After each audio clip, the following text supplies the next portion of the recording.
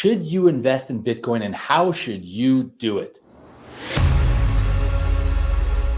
I'm Rob Tatro from robtatro.com, portfolio manager at Canaccord Genuity Wealth Management and the Tatro Wealth Advisor Group. Today, we are hammering out and discussing the classic age-old debate of the Bitcoin, cryptocurrency of all kinds, not just Bitcoin, Ethereum, and the other ones. Should we be investing them? Should you be investing them? You're a typical investor. You own an RSP. You maybe have a TFSA. You've had a portfolio for a long time, and you're wondering, is this something I should be doing? The FOMO factor is kicking in, the fear of missing out, and you're unsure. How much should you have? Where should you buy? Do you have to worry about security, safety? Let's address that topic right here today. Before we do that though, take a sec to subscribe, press the red button if you're watching on YouTube, subscribe, like, share. We'd love to hear your comments if you're watching on Facebook or wherever else. By all means, if you do want to chat about this or you want to set up a no obligation consultation, please go to www.speaktorob.com. We'd love to book that for you. All right, so you're considering buying Bitcoin. You saw all of the mania. You saw that it's been rallying like crazy. You saw it's over 50,000 and you're like, okay, I need to do this. My buddies are doing this. I need to have a little piece of it. So first of all, you need to understand and appreciate the risk that's involved with this. Obviously, this is speculation. It's a commodity, but it's a commodity not unlike any other in that there is no kind of inherent value. I guess you could argue much like gold, right? But I mean, gold initially did have a purpose, did serve a purpose. One, it was a store of value, and two, it was kind of an alternative to cash and a hedge against inflation. So crypto is meant to do the same thing. Now, we're not going to get into this video about what crypto is, what it does. We're just going to talk about how you can put it in your account. Do you want to put it in your account? So obviously, you can set up, if you'd like, an account with an exchange. You choose an exchange. In the US, most of the exchanges are, or globally, they allow you to buy, sell, hold cryptocurrency. Generally, they'll allow their users to withdraw their crypto, and you can bring it to your personal wallet for safer keeping. And many of these exchanges, there's a whole whack of them. Now, they're decentralized and they're focused on individual sovereignty, and some exchanges allow you to remain anonymous. Now, if that all sounds foreign to you, by all means, I have a much better solution. So some of those exchanges are Coinbase or Kraken or Gemini or Binance US. All those exchanges allow you to buy and sell. Then you actually have to connect your exchange to your payment option. So this is getting a little complicated. And if you're able to do that and you've already done that, great. You don't even need to watch this video. You've got it figured out. Now, the vast majority of you do not know how to do that and likely don't want to figure it out because it's a little complicated and, more importantly, it's risky.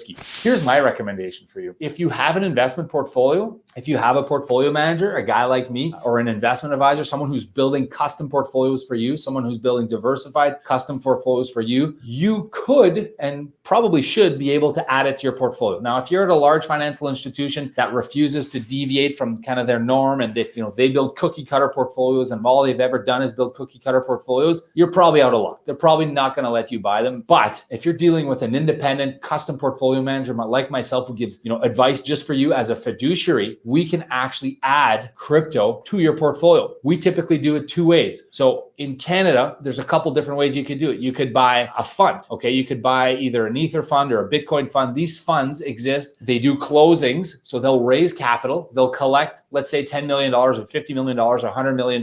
They will then go and buy crypto with that. And then you own shares of a fund, just like you do when you own a mutual fund, okay? And the funds, typically, they'll trade on the exchange. So this is a neat way to get the exposure. And what we've noticed in our research is typically these funds will trade at a premium relative to the value of the underlying crypto. So imagine a situation where you're buying a basket of crypto. That basket is worth $1. What we've noticed in the open markets, that fund that holds that dollar of crypto will sometimes trade at $1.15, $1.20, $1.30, $1.50. We've seen it at. That is called the premium. Now, why would there be a premium, you think? Well, the premium exists because it is difficult to buy crypto for the regular investor. So because of that, they'll typically trade at a premium. Now, how long will they trade at a premium? We don't know. And actually trading these, you kind of have to be aware of what the premium is when you are buying them. So you probably should be talking to an expert, a portfolio manager like myself, because if you're buying at a premium of 50%, that's great. The crypto might continue to appreciate, but if the premium falls to 5 or 10%, you've actually lost money there. So you have to be aware of that when you're buying it. Secondly, what you could do is you could just buy the ETFs. They are creating these ETFs now, and the ETFs will typically have a market maker, and the market maker is going to decide on a daily basis what the trades are being sold for and how much the crypto is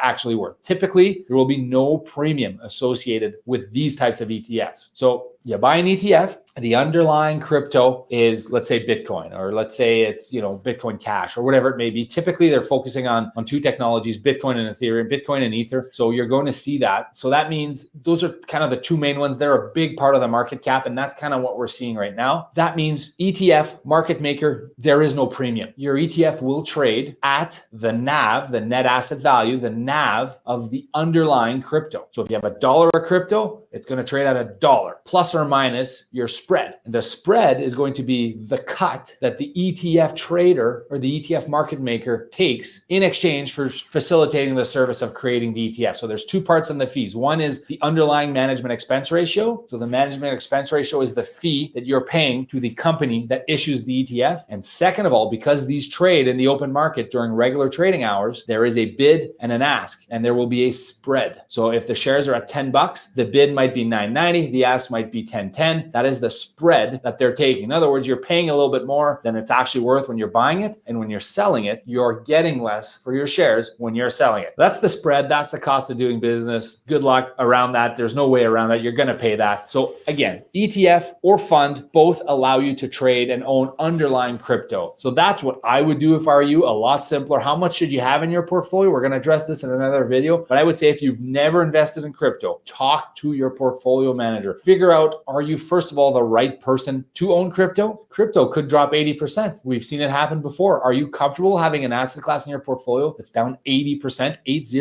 Is that something you can stomach? If you can, if you have the stomach for it, and if you want to participate in it, we would suggest something along the lines of 1 to 2% of your portfolio to start. It's an asset class. You can 1 to 2%. You can build up to that. And over time, if it's something you appreciate and understand, you could potentially go up to 5%. But we would strongly recommend you start with a smaller asset allocation and make sure you have the risk tolerance to stomach it. Also, your time horizon. You need to make sure you have a relatively long time horizon, an investment horizon, so that you're actually able to withstand the movements of crypto. So crypto moves a ton. Be prepared for a wild ride, but if you do want it and if you want to participate, that's how I would do it if I were you. Take a look at working with a portfolio manager who's going to help you on the entry and on the exit. Take a look at the portfolio manager to look at advice with whether it makes more sense to get the fund or the ETF. And finally, allocation. How much are we going to own? Make sure you talk with your portfolio manager about this. If you're unsure and you'd like to book a no obligation chat to talk about that, please go to www.speaktorob.com. We'd love to book a no obligation consultation. All right, guys, that's it today. Thanks so much for tuning in. I'm Rob Tatro from robtatro.com, portfolio manager at Canaccord Genuity Wealth Management and the Tatro Wealth Advisory Group. Check out our other videos on crypto and make sure to subscribe. Have a great day.